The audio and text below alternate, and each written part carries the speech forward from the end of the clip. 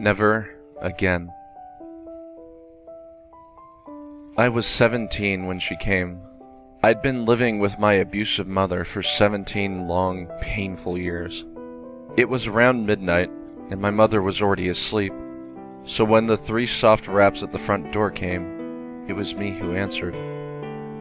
An odd-looking little girl stood there, with cheeks pale and colorless, blonde hair and braided pigtails, pink dress torn a little at the hem, feet bare and turning slightly blue from the cold of winter, and black eyes.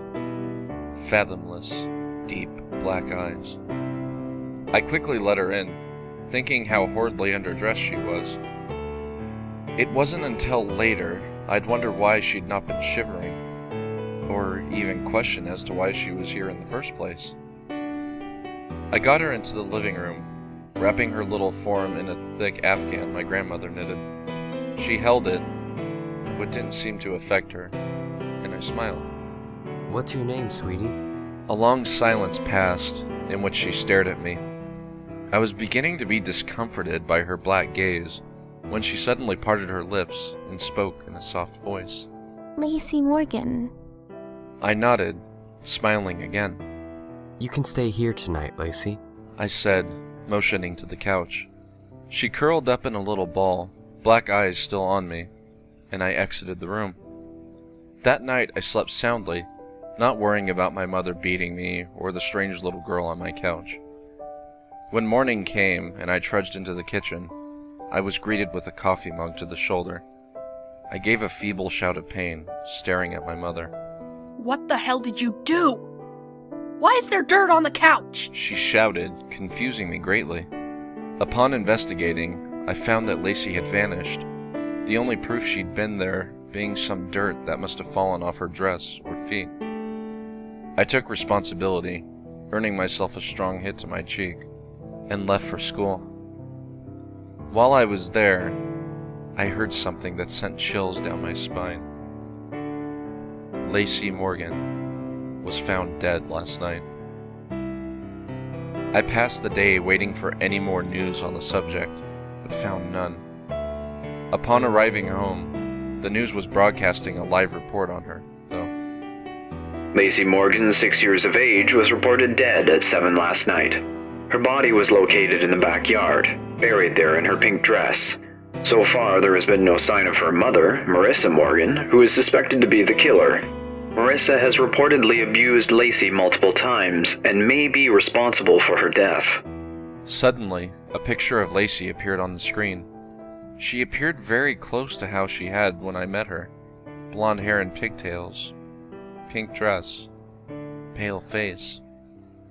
Only, her cheeks had color, and her eyes were baby blue. To most, this would seem unimportant, but to me, it was. She died before arriving at my house, if what the newscaster said was true. Died hours before. I tried to play it off, going about my business. I went to bed early, so as not to have to see my mother. It was around midnight when I awoke to cool fingers stroking the bruise on my cheek. I sighed, leaning into the small hand. Never again, Lacy whispered before her hand vanished. Not 10 minutes later, I heard my mother screaming. I rushed into her bedroom, nearly fainting at what I saw. My mom was thrashing wildly on her bed, a small creature having buried its face into her chest. I could hear the sound of flesh tearing, and my mother screaming increasing in volume. I wish I hadn't gotten up. Later on, I'd tell myself I hadn't. But I had. So when Lacy pulled back from the gaping hole in my mother's chest cavity, I had a plain view of her razor-sharp teeth, glinting in the light. Glinting with my mother's blood. She smiled innocently at me for a moment, before swiftly tearing out my mother's jugular. That time, I did faint. When I came to, I was in my bed. I walked to my mom's room, morbid curiosity getting the best of me. Upon opening the door, I found the room empty. The bed made neatly, as if my mom had left for work early.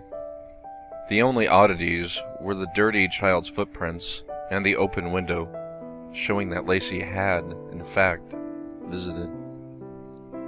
I never saw my mother again, and I never missed her either.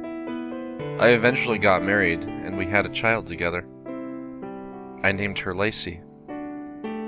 Recently, I noticed the neighbor's daughter has all sorts of scrapes and bruises on her arms.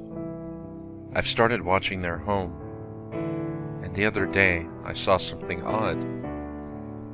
A little girl running barefoot through their backyard up to their back door. It was around midnight, so I couldn't be for sure, but I thought she met my eyes with her black ones, and I could swear she mouthed 2 words at me. Never again.